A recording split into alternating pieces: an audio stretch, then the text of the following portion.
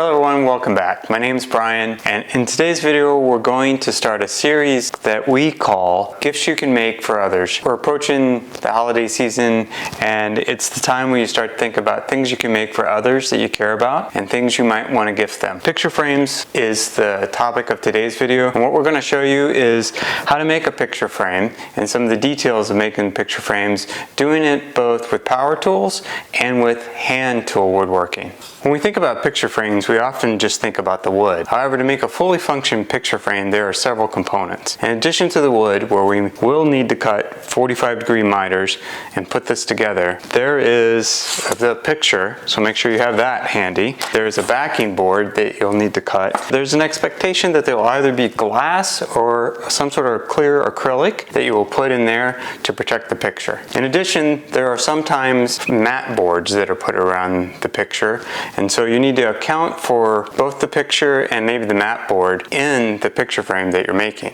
One of the things I want you to notice is that here on the back side of our picture frame we have a rabbet groove cut out. So if we take a look at a separate component, one of these components as a close-up, here you can see that rabbet groove that we're going to cut with our table saw. So we need to cut that on each of our components and use that in our frame. There are three things you need to know in order to figure out the dimensions of each of your sides on the picture frame.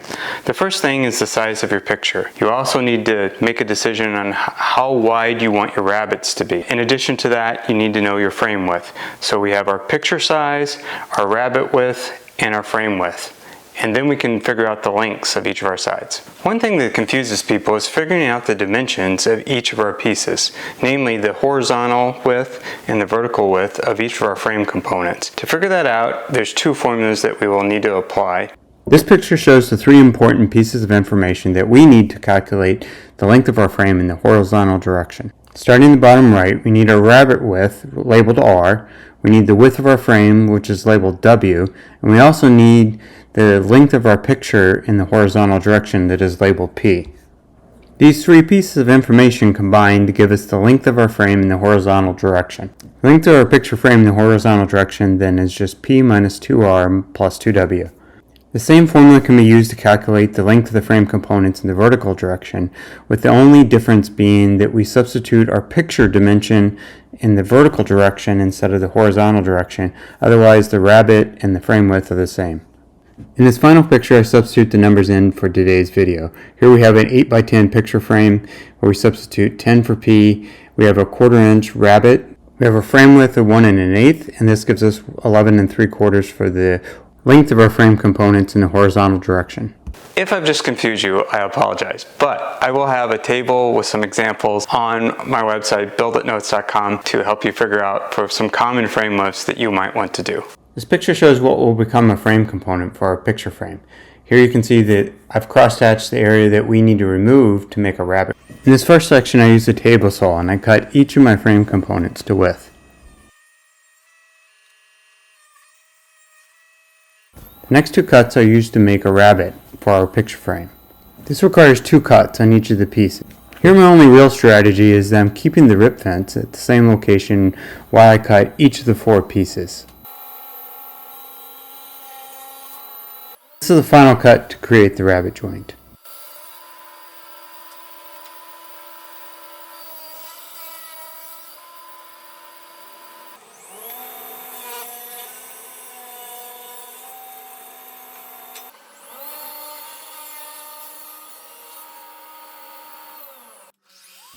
I next moved to the miter saw. On the miter saw, I first cut each of the ends to a 45-degree angle before worrying about creating the exact length.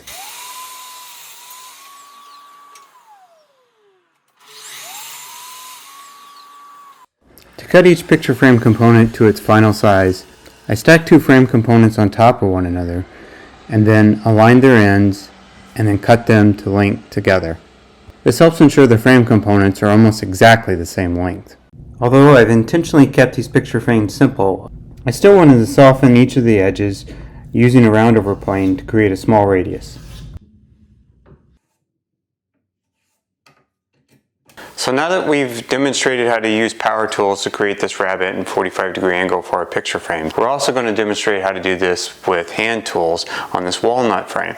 So the first thing we're going to focus on is creating this rabbet along the length of our board. And to do that, I made this fixture that I'm going to show you. So last night I glued this together, so it's been setting overnight.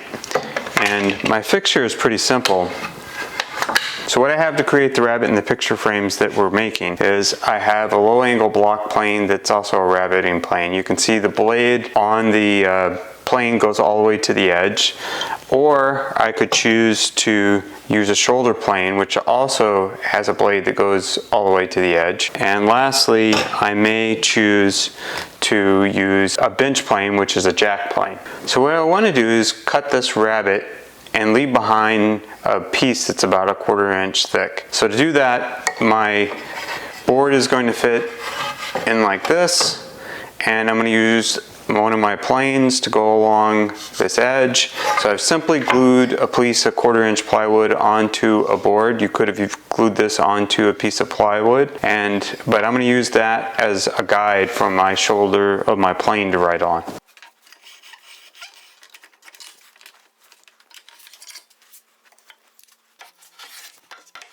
Although I could have used any of the 3 planes that I introduced, I chose to use the jackrabbit plane because it removes material quickly. Another plane that could be used is a Philister plane, or a rabbeting plane that has a fence on it. Stanley makes one of these, and using that type of plane would allow you to create the rabbet without using the auxiliary fence that I made for this project.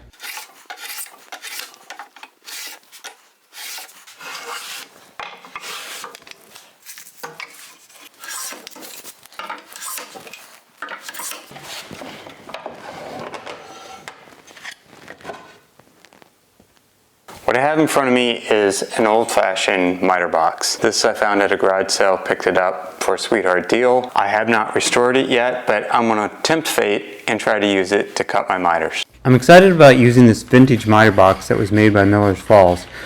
I'm using it in this video without even tuning it up. But using it in this video helps me get a better feel for how it operates. Some of the things I noticed is that the blade hangs up a little bit and the saw probably needs to be sharpened. So my goal is to fully restore this miter box, mount it on a board, and put it to good use.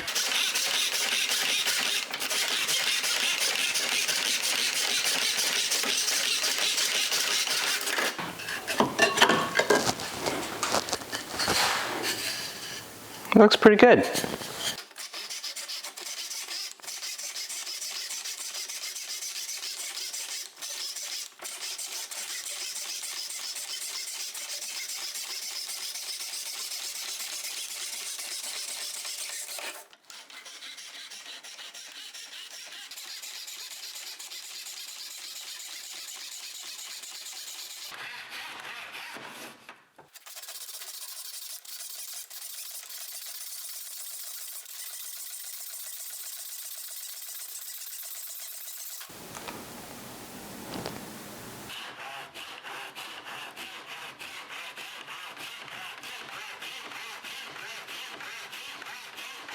So we align the ends to where they're flush, and then come over and use a marking knife to get our length.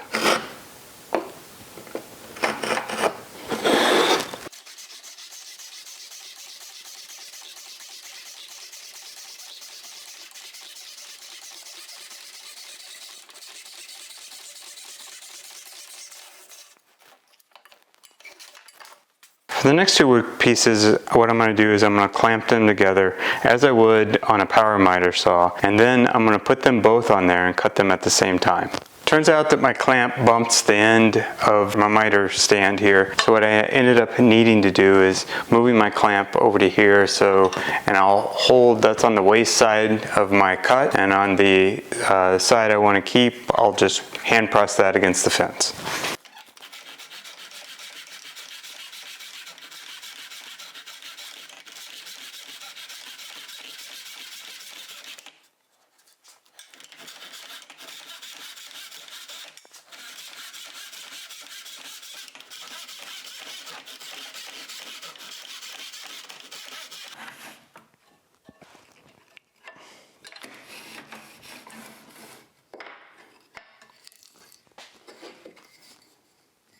As expected, sometimes when we cut miters on picture frames and other frames, the joints don't come together perfectly. And so we use a shooting board in order to trim those joints and to make them have a nice 45-degree angle coming together with another 45-degree angle, so we get overall a nice looking aesthetic joint. So what I'm going to do is I'm going to put my workpiece on here for one of the corners that didn't look very good, that had a little bit of a gap in it, and I'm going to use my shooting plane and I'm going to trim that corner. This is at a 45-degree angle, and so this will allow me to get a better looking joint.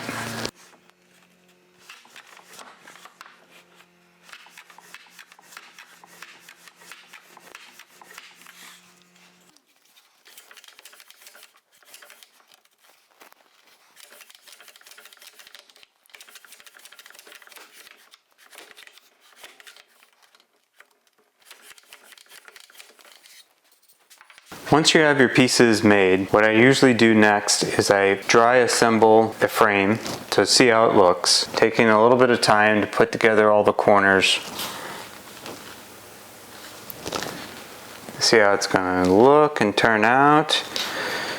And you can swap the top and bottom pieces or swap the side pieces. And then I go around, I'm going to use a Festool domino to create loose mortise and tenon joinery as our first example of how to join the frame together. And when I do that, I number the outside of the frame, as each corner will have a number. So this is 1, this will be 2, this will be 3, this will be 4. And then in addition to that, to use the Festool domino, I need a line showing where I should put my domino on each side. And so I go all the way around the circle here and create a line at each corner. And that will be where I create a mortise that I put in a loose tenon.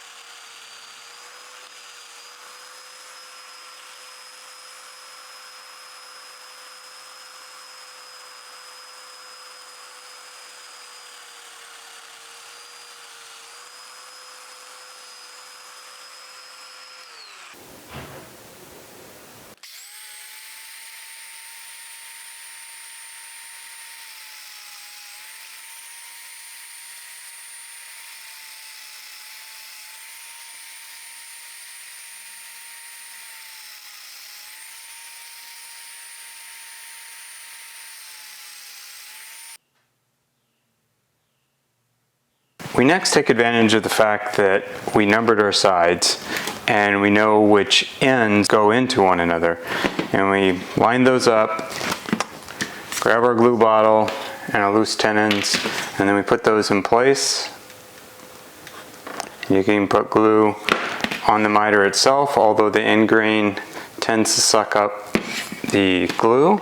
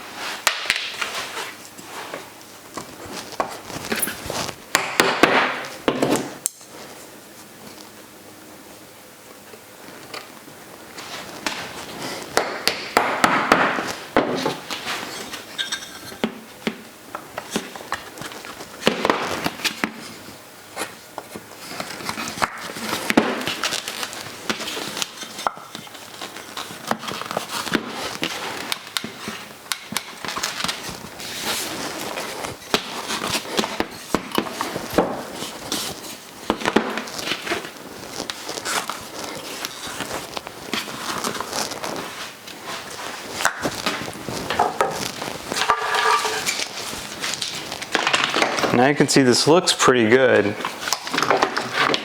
And we're going to clamp it. One thing that you'll find a lot of opinions on from woodworkers is the type of clamp to use. This is the type of clamp that seems to work good for me. I've tried a couple others and I've had, I don't know, some frustration, but these clamps have worked very well for me. And so I tend to go back to what's worked for me. You may have a clamp that works well for you. What we just did is we put loose tenons on the face of this 45-degree angle. Another way that woodworkers join together miters is that they put them together and they put splines on the outside part of this 90-degree angle that comes together. So there are jigs to do this on your table saw and on your router table, and we've come up with a jig to do this with your Festool domino. And so here we put this on these attachments that are on the Festool domino. We just drill the holes that are there. This goes and mounts to a corner, and here in this video you'll see it being used. Here you can see me using the spline jig on a mirror frame rather than the picture frames that appeared in this video. This approach requires making the slot with the Festool domino and then creating a spline that gets inserted and glued into the slot. Then we use a flush cut saw to trim it. Not only does this create a strong connection, but it also creates aesthetic joinery.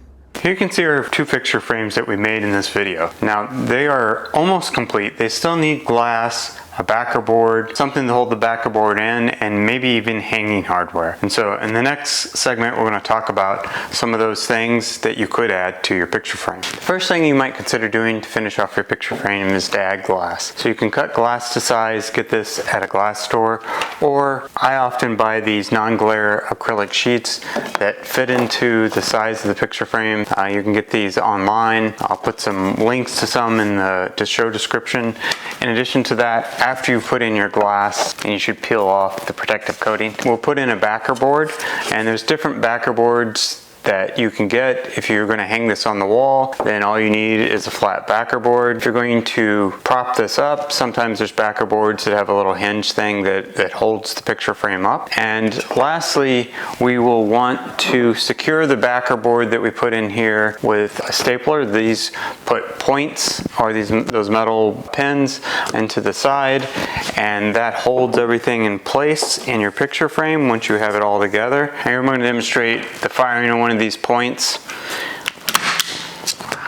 You can see that it fired a pin into the hardwood, and you can bend those and then simply take the backer board and the glass out, or just take the backer board out and replace your picture in the future. So I hope this is helpful to you, and I'll put links to many of these items in the description below. Thank you for watching today. Please don't forget to like and subscribe. I hope this helps you make some enjoyable picture frames for your friends and family.